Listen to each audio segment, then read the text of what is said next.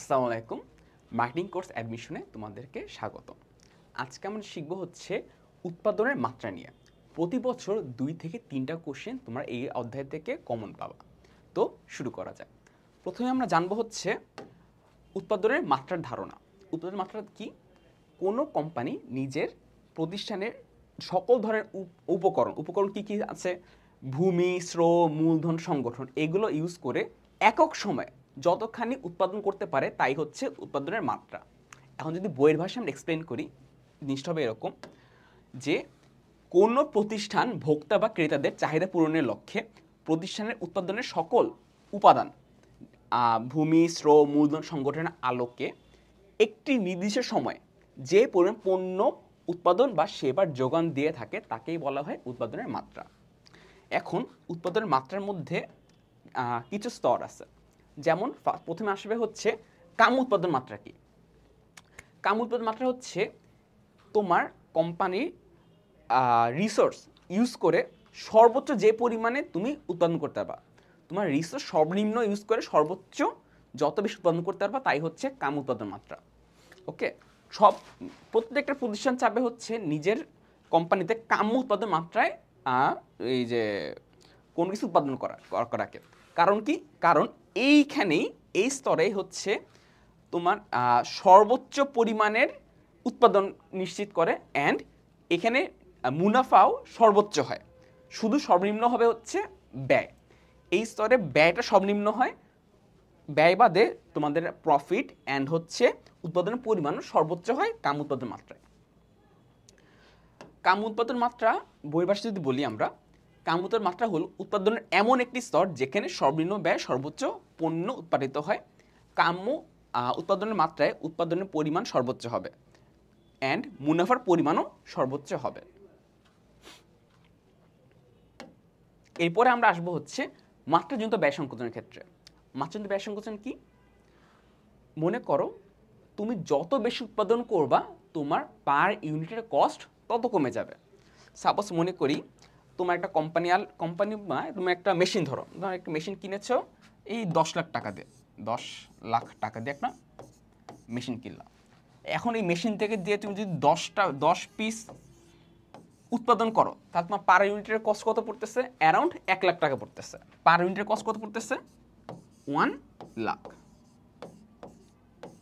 কিন্তু সেম তুমি যদি এই মেশিন ইউজ করে 1 এর 10-এর জায়গায় যদি তুমি 100 পিস উৎপাদন করো তাহলে কি পড়তেছে?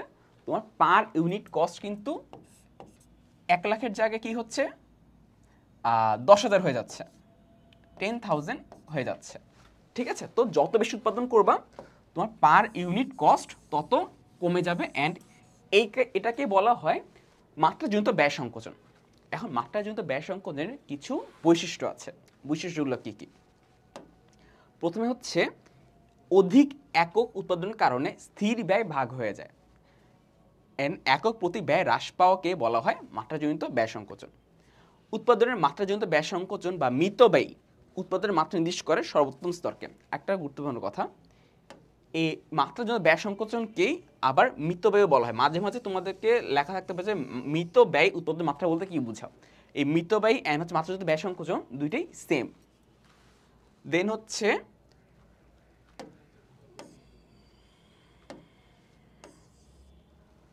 মাত্রাজনিত ব্যয় সংকোচনের ক্ষেত্রে উৎপাদন বৃদ্ধির সাথে সাথে একক প্রতি উৎপাদন হ্রাস পায়, অ্যান্ড মাত্রাজনিত ব্যয় সংকোচনের অধিক সুবিধা পায় কারা? বৃহৎ কোম্পানিগুলো। কারণ বৃহৎ কোম্পানির কাছে ক্যাপাসিটি অনেক থাকে, অ্যান্ড তারা চাইলে হিউজ পরিমাণে ইনভেস্ট করতে পারে, অ্যান্ড হিউজ পরিমাণে এরা আউটপুটও বের করতে পারে। এখন আমরা শিখবো হচ্ছে অমিতব্যয়ী উৎপাদনের মাত্রা নিয়ে। অমিতব্যয়ী উৎপাদন মাত্রা কি? মিতব্যয়ের ঠিক বিপরীতটা।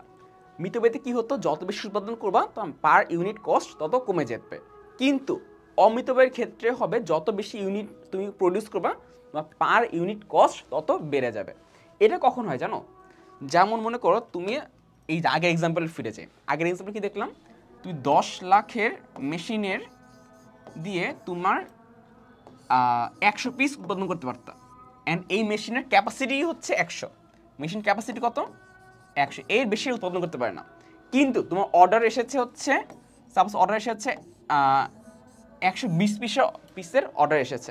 এখন তুমি কী করবা, তোমাকে এর জন্য আরেকটা 10 লাখের মেশিন তোমাকে পারচেস করতে হচ্ছে। তো প্রথম মেশিন দিয়ে তুমি করলা 120 অ্যান্ড পরের মেশিন দিয়ে করলা হচ্ছে মাত্র 20 পিস। তাহলে কি তোমার তাহলে কি হলো, এক্সট্রা 20 পিসের জন্য তোমার টোটাল প্রোডাকশন কস্ট কিন্তু বেড়ে যাচ্ছে। ঠিক আছে, আগের 100 পিসের জন্য তোমার মাত্র খরচ হতো 10,000 করে, কিন্তু এখন এক্সট্রা 20 পিসের জন্য তোমার কত পড়ে যাচ্ছে, অ্যারাউন্ড তোমার এই 50,000-এর মতো কস্ট পড়ে যাচ্ছে। তো মাত্রাজনিত ব্যয় সংকট, অমিতব্যয়ী উৎপাদন মাত্রা বলতে আমরা এই পয়েন্টটাকে বুঝাই। এখন দেখি এই পয়েন্টে আমরা কিছু বৈশিষ্ট্যগুলো জানবো। এখন আগে দেখি অমিতব্যয় কি বোঝাচ্ছে। অমিতব্যয়ী মাত্রা হলো এমন একটি স্তর যেখানে উৎপাদন বৃদ্ধির সাথে সাথে দীর্ঘমেয়াদী গড় ব্যয় বৃদ্ধি পায়। মিতব্যয়ী উৎপাদন মাত্রার আর পর অমিতব্যয়ী উৎপাদন মাত্রা শুরু হয় এবং অমিতব্যয়ী উৎপাদন মাত্রা বৃদ্ধির সাথে সাথে গড় ব্যয় বৃদ্ধি পায়। উৎপাদন এ স্তরকে বলা হয় অলাভজনক উৎপাদন স্তর। এই তোমাকে যে বললাম, এক্সট্রা 20 পিসের জন্য তোমার কিন্তু এক্সট্রা অনেক বেশি খরচ হয়ে যাচ্ছে। এরপর আসে এখানে নির্ধারণ, উৎপাদনের কাম্য মাত্রা নির্ধারণের বিবেচ্য বিষয়গুলো কি কি। প্রথমে আসবে হচ্ছে উপাদান কি, প্রযুক্তিগত উপাদান। প্রযুক্তিগত উপাদানের মধ্যে হচ্ছে কর্মবিভাজন, কার্যকর মেশিন সমীকরণ, আর হচ্ছে প্রক্রিয়া একত্রীকরণ। পুরো প্রসেসটা তোমার একত্র করে উৎপাদন করতে হবে। এরপর হচ্ছে যদি সেকেন্ডে ব্যবস্থাপক উপাদান। ব্যবস্থাপক উপাদানের মধ্যে কী কী পড়বে, বিভাগীয়করণ, বিশেষজ্ঞ নিয়োগ, সর্বনিম্ন উৎপাদন ব্যয়। এরপরে আসবে হচ্ছে আর্থিক উপাদান। আর্থিক উপাদানের মধ্যে আসবে পর্যাপ্ত মূলধন, ঋণের সুযোগ, শেয়ার মূলধন বৃদ্ধির সুযোগ। আর লাস্টে আসবে হচ্ছে বিপণন উপাদান। বিপণন উপাদান কি, ক্রয় বিক্রয়ের সুবিধা আর হচ্ছে বাজার সম্প্রসারণ। অ্যান্ড ফাইনালি আসবে ঝুঁকিগত উপাদান। ঝুঁকিগত উপাদান কি হতে পারে, যেমন তুমি যে এতবার ইনভেস্ট করলা, এক্সট্রা 10 লাখের একটা মেশিন আনলা, তোমার মেশিন তো নষ্ট হয়ে যেতে পারে, বা তুমি যে এত রিস্কি একটা প্রজেক্ট নিচ্ছ, দেখা গেল তো উল্টোপাল্টা কিছু হলে কি তোমার লসে চলে আসতে পারে। এই জন্য ঝুঁকিগত উপাদানও তোমার কাম্য মাত্রা নির্ধারণে একটা গুরুত্বপূর্ণ ভূমিকা পালন করে। এখন আসবে হচ্ছে মাত্রাজনিত ব্যয় সংকোচন বা মিতব্যয়ী উপাদানের সাথে জড়িত বিষয় কি কি। মাত্রাজনিত ব্যয় সংকোচনের ক্ষেত্রে শুধু দুইটা জিনিস মনে রাখবে, একটা হচ্ছে স্থির ব্যয় আর একটা হচ্ছে চলতি ব্যয় বা পরিবর্তনশীল ব্যয়। এখন এখানে পরিবর্তনশীল ব্যয় কি, পরিবর্তনশীল ব্যয় হচ্ছে উৎপাদন বা বিক্রয়ের পরিমাণ হ্রাস বৃদ্ধির ফলে যে ব্যয়ের পরিবর্তন হয় তাকে পরিবর্তনশীল ব্যয় বলা হয়। যেমন শ্রমিকের মজুরি, কাঁচামাল ক্রয়ের খরচ ইত্যাদি। যেমন তুমি যদি 10 পিস প্রোডাক্ট উৎপাদন করো, তোমার কিন্তু শ্রমিক খরচ পড়বে মাত্র একজন, কিন্তু তুমি যদি এখন 10 পিসে 20 পিস উৎপাদন করো, তাহলে শ্রমিক কত লাগবে, একজন জায়গায় 2 জন শ্রমিক লাগবে। এই যে তোমার উৎপাদনের হ্রাস বৃদ্ধির সাথে সাথে কিন্তু এই শ্রমিকের কষ্টটা হ্রাস বৃদ্ধি হচ্ছে। এর জন্য এই খরচগুলোকে বলা হয় মজুরি, কাঁচামাল, এইসবের খরচগুলো হয় পরিবর্তনশীল ব্যয়। যে তোমার যত বেশি উৎপাদন করবা এই খরচগুলোও তত বেশি আপ ডাউন করবে। এরপর আসলে স্থির ব্যয় কি, স্থির ব্যয় হচ্ছে তুমি একদম উল্টা বলবো না, তুমি স্থির ব্যয় হচ্ছে তুমি যত উৎপাদন করো না কেন এই ব্যয় তোমার চেঞ্জ হবে না। যে তুমি 10 লাখ মেশিন আগে ইউজ করতা, এখন তুমি 10 লাখের মেশিনই ইউজ করতেছো, তুমি কিন্তু মেশিনে কিন্তু কস্টটা কিন্তু আপ ডাউন হচ্ছে না। এখন পড়ি, উৎপাদনের বা বিক্রয়ের পরিমাণ হ্রাস বৃদ্ধির ফলে যে ব্যয় কোনো পরিবর্তন হয় না তাকে স্থায়ী ব্যয় বলা হয়। যেমন কারখানা ভাড়া, স্থায়ী কর্মচারীর বেতন স্থায়ী ব্যয়ের উদাহরণ। ওকে, এবার আমরা আসবো হচ্ছে পরের পার্টটা হচ্ছে আমরা যে এতক্ষণ দেখলাম এরকম কিছু ইম্পর্টেন্ট কিছু পয়েন্ট আছে, সেগুলো আমরা এখন দেখব। প্রথমে কি আছে, প্রতিষ্ঠানের প্রকৃতি, আয়তন, মূলধনের পরিমাণ, ব্যবহৃত কাঁচামাল, বাজারের আয়তন প্রভৃতি কি, প্রভৃতি হচ্ছে উৎপাদন মাত্রার সাথে জড়িত। নেক্সট হচ্ছে উৎপাদনের মাত্রা বেশি হলে প্রতিষ্ঠানের আয়তন বড় হবে এবং উৎপাদনের মাত্রা কম হলে প্রতিষ্ঠানের আয়তন ছোট হবে। উৎপাদনের মাত্রার বিভিন্ন উপাদান দ্বারা প্রভাবিত হয়। অ্যান্ড উৎপাদনের মাত্রার উপর প্রতিষ্ঠানের উৎপাদিত পণ্যের ব্যয় নির্ভর করে। এখন তোমার প্রতিষ্ঠানের উৎপাদনের মাত্রা যেরকম হবে তাহলে তার উপরে তোমার কিন্তু উৎপাদন ব্যয় নির্ভর করে। যেমন তুমি যদি চিন্তা করো, তুমি যদি অমিতব্যয়ী উৎপাদন মাত্রার মধ্যে থাকো তাহলে তোমার ব্যয় কিন্তু বৃদ্ধি পাচ্ছে। কিন্তু তুমি যদি দেখা যায় তুমি মিতব্যয়ী তুমি ফলো করতেছো, আর কি হচ্ছে তোমার উৎপাদনের মাত্রা কিন্তু তোমার মানে খরচ কিন্তু একটু কম হচ্ছে। এই হচ্ছে অমিতব্যয়ী উৎপাদনের মাত্রা মিতব্যয়ী মাত্রার বিপরীত। এই যা বললাম একটু আগে যে অমিতব্যয়ীতে তোমার খরচ বৃদ্ধি পাচ্ছে, কিন্তু মিতব্যয়ীতে তোমার খরচ কমে যাচ্ছে। এরপর আমরা আসবো হচ্ছে প্রিভিয়াসলি এই চ্যাপ্টার থেকে কি কি গুরুত্বপূর্ণ কোশ্চেন এসেছিল। ওকে, সর্বফার্স্টে আসবে হচ্ছে নিচের কোনটি স্থির ব্যয়? কারখানা ব্যয়, পরিবহন ব্যয়, শ্রমিকের মজুরি নাকি বৈদ্যুতিক ব্যয়? এখন দেখো তো, শ্রমিকের মজুরি, পরিবহন, বিদ্যুৎ ব্যয় এগুলো কি যত বেশি উৎপাদন করবা তার তত বেশি ফ্ল্যাকচুয়েট করবে না? কিন্তু কারখানা ব্যয় যা উৎপাদন করা হবে, কারখানা ব্যয় কিন্তু তোমার সেমই থাকবে। তো কারখানা ব্যয় হচ্ছে তোমার স্থির ব্যয়ের উদাহরণ।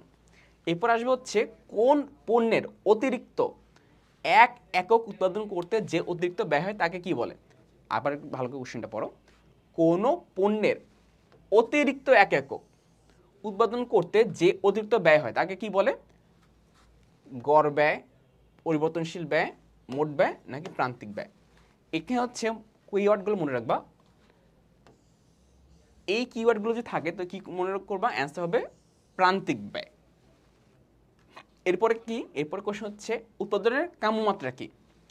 সর্বোচ্চ উৎপাদন, গড় ব্যয় সর্বোচ্চ, সর্বনিম্ন উৎপাদন নাকি গড় ব্যয় সর্বনিম্ন? এটা খুবই একটা ইজি কোশ্চেন। এর অ্যান্সার কি হবে? সর্বোচ্চ উৎপাদন হবে, গড় ব্যয় সর্বোচ্চ হবে, সর্বনিম্ন উৎপাদন হবে নাকি গড় ব্যয় সর্বনিম্ন হবে? কাম্য উৎপাদন মাত্রায় চিন্তা করবে সর্বনিম্ন ব্যয় সর্বোচ্চ উৎপাদনকে আমরা টার্গেট করি। এখানে একটু মনে রাখার বিষয়, এখানে কিন্তু মেন ফোকাস থাকে হচ্ছে কাম্য উৎপাদনের গড় ব্যয়টা সর্বনিম্ন হবে। ঠিক আছে, তো অ্যান্সারটা কি হবে এই জায়গা? গড় ব্যয় সর্বনিম্ন। এখন অনেকে কনফিউশন আসতে পারে যে সর্বোচ্চ উৎপাদন কেন হবে না? কারণ সর্বোচ্চ উৎপাদন কিন্তু তুমি চাইলে নতুন একটা বিল্ডিং কিনে তুমি চাইলে সর্বোচ্চ উৎপাদন কিন্তু রাইজ করতে পারো। অমিতব্যয়ী তুমি দরকার হলে অমিতব্যয়ী স্তরে গিয়েও তুমি কিন্তু উৎপাদনটাকে ইনক্রিজ করতে পারো, এতে কিন্তু তোমার গড় ব্যয় সর্বনিম্ন হবে না। তাই এই রিজনে এখানে সর্বোচ্চ উৎপাদনটা হবে না। কিন্তু আমার কাম উৎপাদন মাত্রার মেইন ফোকাস হচ্ছে গড় ব্যয় সর্বনিম্ন হওয়া। এরপরের কোশ্চেন কি? এরপরের কোশ্চেন হচ্ছে পরিবর্তনশীল ব্যয় কি? পরিবর্তনশীল ব্যয়ের মতো অপশনগুলো কি কি? কাঁচামাল ক্রয়ের ব্যয়, উচ্চপদস্থ কর্মকর্তাদের বেতন, ভারী যন্ত্রপাতির ক্রয়ের ব্যয়, আর হচ্ছে কারখানা ভাড়া খরচ। এ দেখো কোন এইগুলোর মধ্যে কোনটা হচ্ছে যত বেশি উৎপাদন করবা তত বেশি তোমার কস্ট বাড়বে?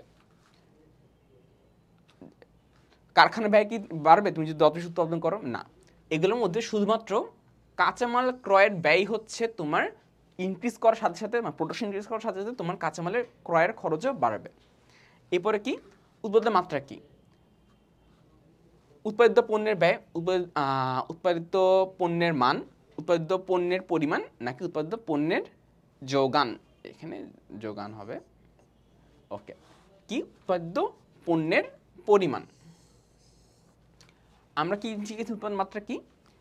একক সময় যতখানি আমরা উৎপাদন করি তাই হচ্ছে উৎপাদনের মাত্রা। তো উৎপাদনের পণ্যের পরিমাণ হচ্ছে এই জায়গায় অ্যান্সারটা হবে। এরপরে কোশ্চেন হচ্ছে মাত্রাজনিত ব্যয় সংকোচনের ফলে কি হয়? আচ্ছা, ইন্টারেস্টিং কোশ্চেন।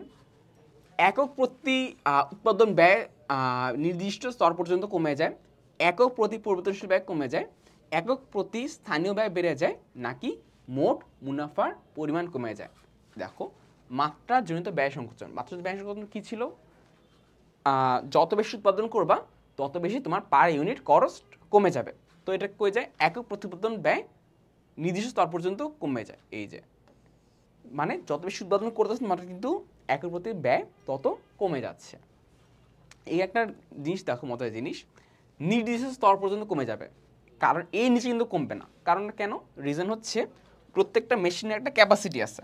আমরা তো উদাহরণে দেখিয়েছিলাম না যে 10 লাখ টাকার মেশিনের তোমার ক্যাপাসিটি হচ্ছে মাত্র 100 পিস। তুমি চাইলে কিন্তু 102 পিস বানাতে পারবে না। 102 পিস বানানোর জন্য কি করতে হবে? তোমাকে আরেকটা 10 লাখ টাকার মেশিন কিনে তোমাকে এক্সট্রা জাস্ট 2 পিস বানাতে হবে। ওকে, তাই একটা নির্দিষ্ট স্তর পর্যন্ত কমবে, এরপর কিন্তু আর কমবে না। এরপরে কোশ্চেন হচ্ছে অন্যান্য অবস্থা অপরিবর্তিত রেখে উৎপাদন মাত্রা বৃদ্ধি পেলে একক প্রতি ব্যয় কী হয়? আচ্ছা দেখো কোশ্চেনটা দেখি। অন্যান্য অবস্থা অপরিবর্তিত থাকছে, শুধুমাত্র কি? শুধুমাত্র এক উৎপাদন মাত্রা বৃদ্ধি পেয়েছে, তাহলে কি হবে? একক প্রতি ব্যয় বৃদ্ধি পাবে, স্বাভাবিক থাকবে, স্থির পাবে, নাকি হ্রাস পাবে? অ্যান্সার হবে হ্রাস হবে, কারণ তোমার অন্যান্য সকল কস্ট ফিক্স আছে, কোনো চেঞ্জ হয়নি। শুধুমাত্র কি হচ্ছে, তোমার উৎপাদনটা বৃদ্ধি পেয়েছে, তাহলে কি হচ্ছে, তোমার পার ইউনিট কস্ট কমে যাচ্ছে। এরপরে আমরা শিখবো হচ্ছে অন্যান্য অবস্থা, তারপর হচ্ছে এর মানে সেম কোশ্চেন নাকি, অন্যান্য অবস্থা অপরিবর্তিত রেখে উৎপাদন মাত্রা অধিক হলে এক প্রতি উৎপাদন ব্যয় কী হবে? এই বললাম না, সেম কোশ্চেন টাইপের, হ্রাস হবে। নেক্সট হচ্ছে ক্ষুদ্র এন্টারপ্রাইজের প্রকৃতি সাধারণত কীরকম হয়? একক মালিকানা, অংশীদারি, যৌথ মূলধনী, নাকি সমবায়? ইন জেনারেল সেন্স ক্ষুদ্র এন্টারপ্রাইজগুলো এক মালিকানা হয়, ঠিক আছে? অংশীদার হতে পারে, কিন্তু মোস্ট কমন ক্ষেত্রে কি হচ্ছে, একক মালিকানা হবে। নিচের কোনটি স্থায়ী ব্যয়? পরিবহন ব্যয়, শ্রমিকের মজুরি, বৈদ্যুতিক ব্যয়, নাকি কারখানার ব্যয়? এই কোশ্চেনটা তোমার অনেকবার এসেছে, অ্যান্সারটা কি? কারখানার ব্যয়। ওকে, আমরা এখন নেক্সট পার্টে কি শিখব? উৎপাদন মাত্রার উপযোগিতা। এখন দেখি আমরা এখন কিছু কিওয়ার্ড, কি পয়েন্টস আমরা মেমোরাইজ করব। উৎপাদনের মাত্রা যেভাবে যন্ত্রপাতির সদ্ব্যবহার নিশ্চিত করে। ওকে, এটা রিটেন পার্টের জন্য আসতে পারে। উৎপাদন মাত্রা যদি তোমার ভালো হয়, তাহলে যন্ত্রপাতিগুলোর প্রপার ইউজ হয়। আমরা যে একটা উদাহরণ বারবার আসতেছে, যে 10 টাকা মেশিনের যদি প্রপার ইউজ কি 10 লাখ মেশিন দিয়ে তোমার 100 পিস টোটাল উৎপাদন হচ্ছে, ঠিক আছে? এটা হচ্ছে তোমার কি নিশ্চিত করে? উৎপাদনের মাত্রা। মনে তুমি যদি এখন মিতব্যয়ী উৎপাদন আমরা ইউজ করি, মিতব্যয়ী উৎপাদন স্তর যদি ইউজ করি, তাহলে আমরা মেশিনের প্রপার ইউজেজটা আমরা নিশ্চিত করতে পারবো। এই দেখো, আমি এখন যদি পড়ি, প্রতিষ্ঠানের উৎপাদন মাত্রা বৃদ্ধির সাথে সাথে যন্ত্রপাতি ঠিকভাবে ব্যবহার নিশ্চিত হয়, অর্থাৎ সর্বোচ্চ উৎপাদন ক্ষমতা ব্যবহারের ফলে যন্ত্রপাতির পূর্ণ ব্যবহার নিশ্চিত করা হয়। এতে উৎপাদনের বৃদ্ধি পায় এবং প্রতিষ্ঠানের সহজে সাফল্য অর্জন করে।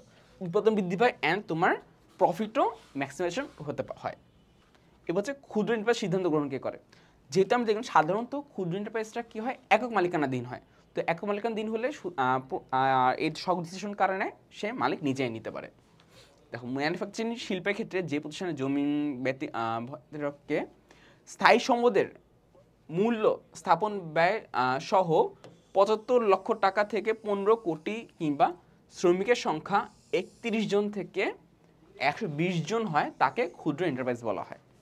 ওকে, অ্যান্ড এটা হচ্ছে জাতীয় শিল্প 2016 অনুযায়ী।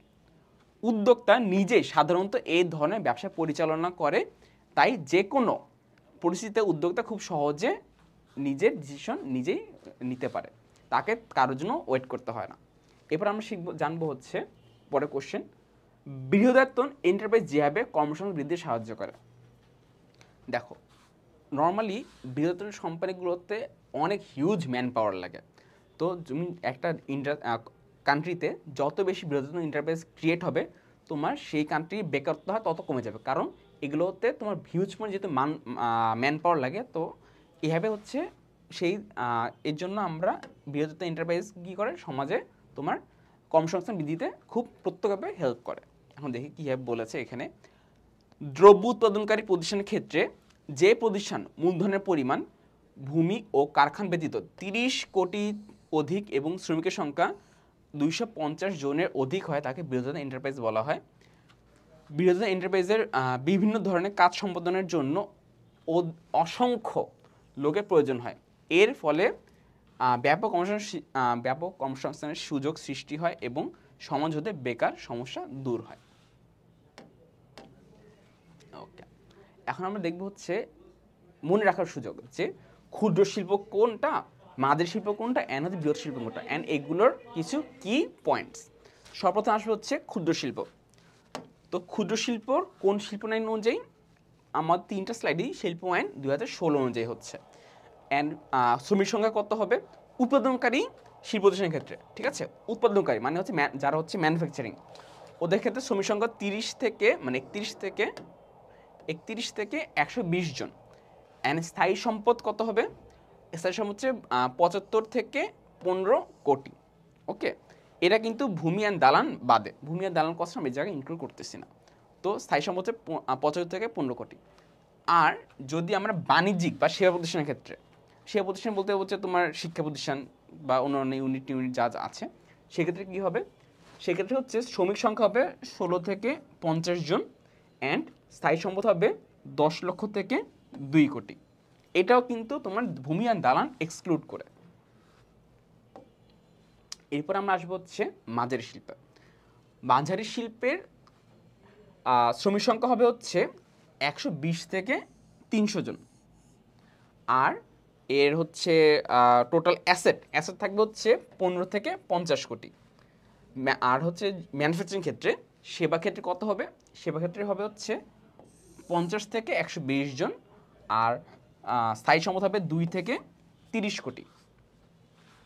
এরপর আমরা আসবো হচ্ছে লাস্টে বৃহদায়তন শিল্পে। বৃহদায়তন শিল্পের মনে রাখা খুবই ইজি। কি? এই যে 300 জনের বেশি হলেই হচ্ছে সেটা বৃহদায়তন শিল্প হয়ে যাচ্ছে।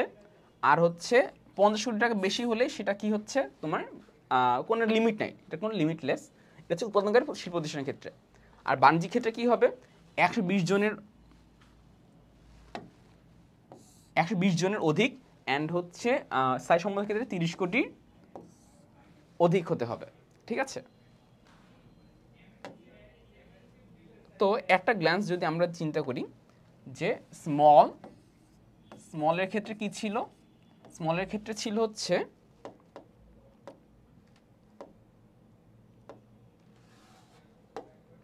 আচ্ছা, স্মলের ক্ষেত্রে কি ছিল? 30 থেকে 120 জন, 30 থেকে 120 জন ম্যানুফ্যাকচারিং ক্ষেত্রে। আর আর হচ্ছে স্থায়ী ক্ষেত্রে ছিল 75 থেকে 15 কোটি। অ্যান্ড বাণিজ্যিক ক্ষেত্রে ছিল 15 থেকে 50 জন, অ্যান্ড স্থায়ী সম্পদ হচ্ছে 10 থেকে 2 কোটি। একটা গ্লাস আমরা দেখে যাবো আবার জিনিসগুলো। শ্রমিকের কতজন হবে? মাঝারি শিল্পের ক্ষেত্রে 120 থেকে 300 জন। আর আর বাণিজ্যিক ক্ষেত্রে হবে 50 থেকে 120 জন। নেক্সট হচ্ছে স্থায়ী সম্পদ হবে 15 থেকে 50 কোটি, অ্যান্ড ভূমি স্থায়ী সম্পদ হবে এখানে 2 থেকে 30 কোটি। অ্যান্ড লাস্টে হচ্ছে বৃহদায়তন শিল্প, যেখানে হচ্ছে 300 জনের বেশি, অ্যান্ড সেবা ক্ষেত্রে হতে 120 জনের বেশি হবে। স্থায়ী সম্পদ হবে 50 কোটির বেশি, অ্যান্ড ভূমি দালান করা হবে 30 কোটির বেশি। ওকে, এখন হচ্ছে আমরা কিছু কি পয়েন্টসগুলো জানবো। প্রথম হচ্ছে বাংলাদেশের জাতীয় আয়ের সবচেয়ে গুরুত্বপূর্ণ খাত হচ্ছে ক্ষুদ্র ও মাঝারি এন্টারপ্রাইজ। এটা অনেকে মনে আসতে পারে বৃহৎ এন্টারপ্রাইজ কেন না?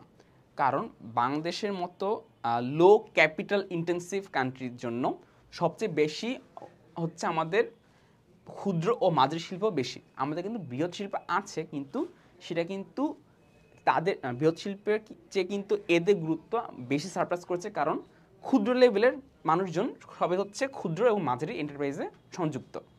এবার হচ্ছে আমাদের দেশে শিল্প কারখানা প্রায় 75 এই যে 85 থেকে 90% হচ্ছে ক্ষুদ্র মাঝারি শিল্পের আন্ডারে। ওকে, তাছাড়া শিল্পগত যে পরিমাণ মানব সম্পদ নিয়মিত আছে তার 80% হচ্ছে ক্ষুদ্র ও মাঝারি শিল্পে কর্মরত।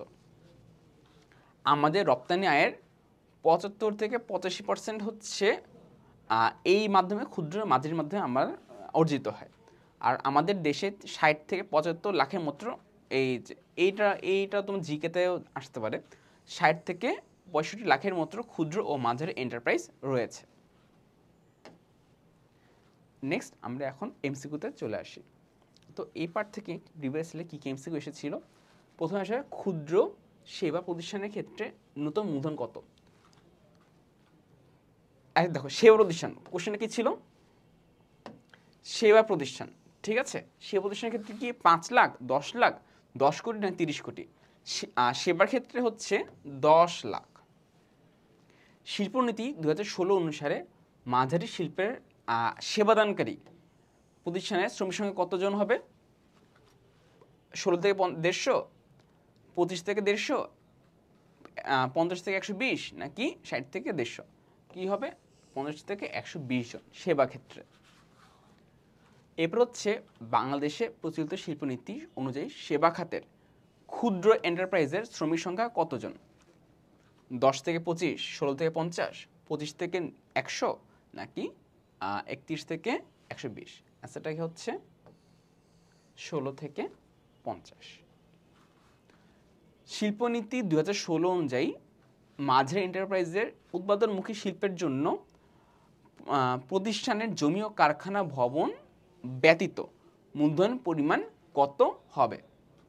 দেখো, মাঝারি শিল্প 5 লাখ থেকে 1 কোটি, 50 লক্ষ থেকে 10 কোটি, 1 কোটি থেকে 10 কোটি নাকি 15 থেকে 50 কোটি? 15 থেকে 50 কোটি। এটা কি উৎপাদনমুখী, সেবা দানকারী না কিন্তু।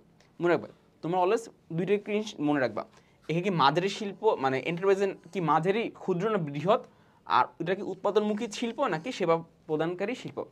এই দুটো জিনিস যদি তোমরা খেয়াল রাখো তাহলে তোমাদের কেউ এখানে আটকাতে পারবে না। এরপর হচ্ছে বৃহদায়তন এন্টারপ্রাইজের অসুবিধা কি? বৃহত্তর মাত্রার উৎপাদন, অধিক পুঁজি সংস্থান, একচেটিয়া ব্যবসা সৃষ্টি নাকি সুবিস্তৃত বাজার? ওকে, কোশ্চেনটা একটু মাথা ঘামানোর মতো, যে এখানে অসুবিধা বলতে কি বোঝাচ্ছে? অসুবিধা তোমার মার্কেটার, তোমার ইন্ডাস্ট্রির যে মার্কেট সেখানে কি ক্রিয়েট করতে পারে অসুবিধা? একচেটিয়া ব্যবসা সৃষ্টি করতে পারে।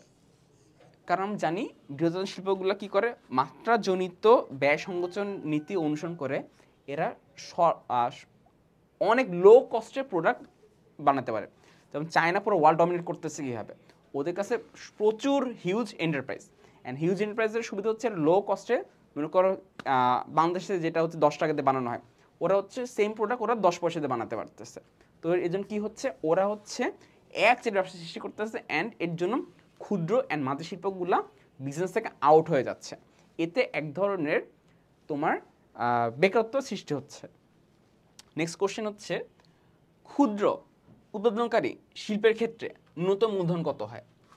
দেখো, প্রথম হচ্ছে ক্ষুদ্র, দেন হচ্ছে উৎপাদনকারী শিল্প, কি হবে?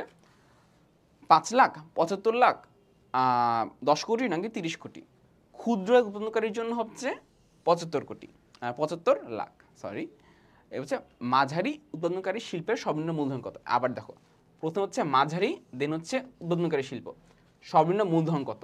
সর্বনিম্ন মূলধন 5 লাখ, 50 লাখ, 15 কোটি নাকি 30 কোটি? আমরা কি জানি? আমরা জানি হচ্ছে ক্ষুদ্র উৎপাদনকারীর ক্ষেত্রে সর্বোচ্চ ছিল কত? ক্ষুদ্র উৎপাদনকারী শিল্পের ক্ষেত্রে সর্বোচ্চ ছিল 15 কোটি, অ্যান্ড এটাই হচ্ছে মাঝারি শিল্পের সর্বনিম্ন। এরপরে হচ্ছে শিল্পনীতি 2016 অনুযায়ী উৎপাদনকারী মাঝারি এন্টারপ্রাইজের কর্মীর সংখ্যা কতজন? 25 থেকে 50, 50 থেকে 200, 50 থেকে 250 নাকি 120 থেকে 300 জন? আবার দেখো কি যাচ্ছে, মাঝারি এন্টারপ্রাইজ উৎপাদনকারী, তো কি হবে অ্যান্সার? 120 থেকে 300 জন। এরপর আমরা আসবো হচ্ছে 2016 সালের শিল্পনীতি অনুযায়ী 1 কোটি মূলধন সম্বলিত কোন প্রতিষ্ঠান কত হবে? 1 কোটি মূলধন সম্বলিত প্রতিষ্ঠান কোন এন্টারপ্রাইজ অন্তর্ভুক্ত হবে? অতি ক্ষুদ্র, ক্ষুদ্র, মাঝারি নাকি বৃহৎ? এর অ্যান্সার হবে হচ্ছে ক্ষুদ্র, কারণ এখানে লিমিট ছিল কত? 75 লাখ ছিল এন্ট্রি লিমিট, তো 75 লাখ 1 কোটি, তো এর জন্য অ্যান্সারটা হচ্ছে ক্ষুদ্র। 75 লাখের নিচে হলে কি হতো অ্যান্সারটা? অতি ক্ষুদ্র হয়ে যেত। এ হচ্ছে সেবাধর্মী ক্ষুদ্রায়তন এন্টারপ্রাইজের কমিশন কত হয়? সেবাধর্মী অ্যান্ড হচ্ছে ক্ষুদ্রায়তন এন্টারপ্রাইজ কি হবে? 5 থেকে 10, 16 থেকে 50, 25 থেকে 50 নাকি হচ্ছে 25 থেকে 99 বা 100? অ্যান্সার হচ্ছে 16 থেকে 50। ওকে, এখন আমরা আসবো হচ্ছে রিটেন পার্টের জন্য কিছু কোশ্চেন। প্রথম কোশ্চেনটা কি? প্রথম কোশ্চেন হচ্ছে ক্ষুদ্র মাত্রা উৎপাদন কি বলে? যে ইন জেনারেল চিন্তা করি, যে প্রতিষ্ঠান অল্প পরিমাণে ইনভেস্ট করে অ্যান্ড অল্প পরিমাণে উৎপাদন করে, তাই হচ্ছে ক্ষুদ্র মাত্রার উৎপাদন। দেখি অ্যান্সারটা কি আছে এখানে। এই যে স্বল্প মূলধন ব্যবহার করে স্বল্প পরিসর উৎপাদনকেই বলা হয় ক্ষুদ্র মাত্রার উৎপাদন। নেক্সট কোশ্চেন দেখি কি,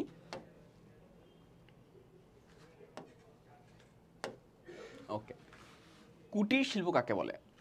কুটির শিল্প স্বল্প মূলধন, কাঁচামাল, যন্ত্রপাতি নিয়ে ছোট আয়তনের উৎপাদন কার্যাবলী পরিচালনা করাকে কুটির শিল্প বলা হয়। এগুলো হচ্ছে তোমার এক লাইনের কোশ্চেন, এক লাইনের অ্যান্সার দিয়ে দিবা, এটাই এনাফ হয়ে যাবে।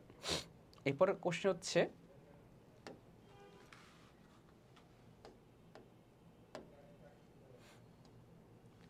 উৎপাদনের মাত্রা কাকে বলে?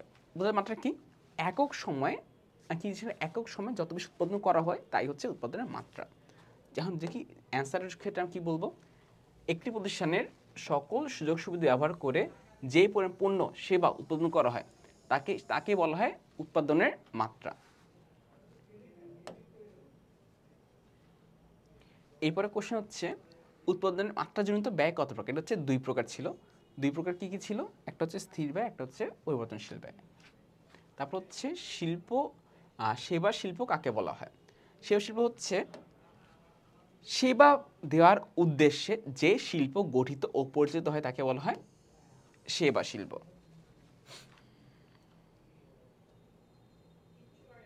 এরপরে হচ্ছে শিল্প কাকে বলে? শিল্প হচ্ছে প্রকৃতি থেকে সংগৃহীত সম্পদ ব্যবহার করে সেগুলো নতুন উপযোগ সৃষ্টির প্রক্রিয়াকে বলা হয় শিল্প। যে প্রকৃতি থেকে কিন্তু আমরা ডাইরেক্ট ইউজ করতে পারি না, যেমন আমরা তো শিখেছিলাম আমরা ডাইরেক্ট মাটি ইউজ করতে পারি না, কিন্তু মাটি থেকে আমরা ব্রিক বা ইট বানিয়ে আমরা সেটা দিয়ে বিল্ডিং বানাতে পারি। তো কোনো প্রকৃতি জিনিসগুলোকে ব্যবহার উপযোগী করাই হচ্ছে শিল্পের কাজ। এরপরে কোশ্চেন যদি আমরা যাই, পরের কোশ্চেন কী ছিল?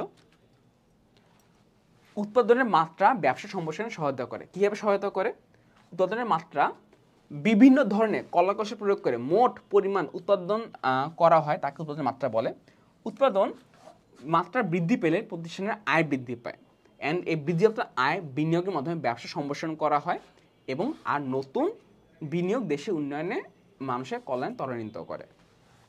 ওকে, তো ইন শর্ট যদি আমরা বলি, তো উৎপাদনের মাত্রা যত বৃদ্ধি হবে তোমার কোম্পানির প্রফিট ইন জেনারেশন তত বেশি বৃদ্ধি পাবে। তো তুমি প্রফিট যত বৃদ্ধি হবে তুমি সেই ইনক্রিজড প্রফিট দিয়ে তুমি চাইলে বিজনেসটাকে আরও এক্সপ্যান্ড করতে পারবা, অ্যান্ড আলটিমেটলি সেটা হচ্ছে তোমার পুরো প্রতিষ্ঠান অ্যান্ড সমাজের জন্য সেটা একটা গুরুত্বপূর্ণ ভূমিকা পালন করে। এরপর হচ্ছে অমৃত উৎপাদন মাত্রার ক্ষেত্রে পণ্যের মূল্য বৃদ্ধি পায়। কী হবে? আমরা তো শিখেছিলাম যে মিতব্যয় উৎপাদন মাত্রা যেমন যত প্রোডাকশন যত ইনক্রিজ করবা তোমার পার ইউনিট কস্ট কিন্তু তত বেশি কমে যাবে। কিন্তু অমিতব্যয়ের ক্ষেত্রে কী হবে? যত বেশি ইনক্রিজ করবা পণ্যের দামও কিন্তু তত বৃদ্ধি পাচ্ছে, মানে পণ্যের উৎপাদন কস্ট কিন্তু বৃদ্ধি পাচ্ছে। আর পণ্যের যখন উৎপাদন কস্ট বৃদ্ধি পায় তোমার সাথে সাথে সেটা ফিল আপ করার জন্য কী হবে? তোমার পণ্যের দামও কিন্তু বৃদ্ধি পাবে। দেখো এখানে কি বলেছে। আচ্ছা, এর উৎপাদন একটি নির্দিষ্ট স্তরে ব্যয় সর্বনিম্ন হয়, এরপর উৎপাদন বৃদ্ধি করা হলে ব্যয় হ্রাস না পেয়ে বরং বৃদ্ধি পেতে থাকে। একে অমিতব্যয় উৎপাদন মাত্রা বলে। অমিত উৎপাদনের ব্যয় বৃদ্ধির সাথে উৎপাদন ব্যয়ও বৃদ্ধি পায় এবং এর ফলে পণ্যের দামও বৃদ্ধি পেতে থাকে। এবং লাস্ট কোশ্চেন দেখি, লাস্ট কোশ্চেন কি?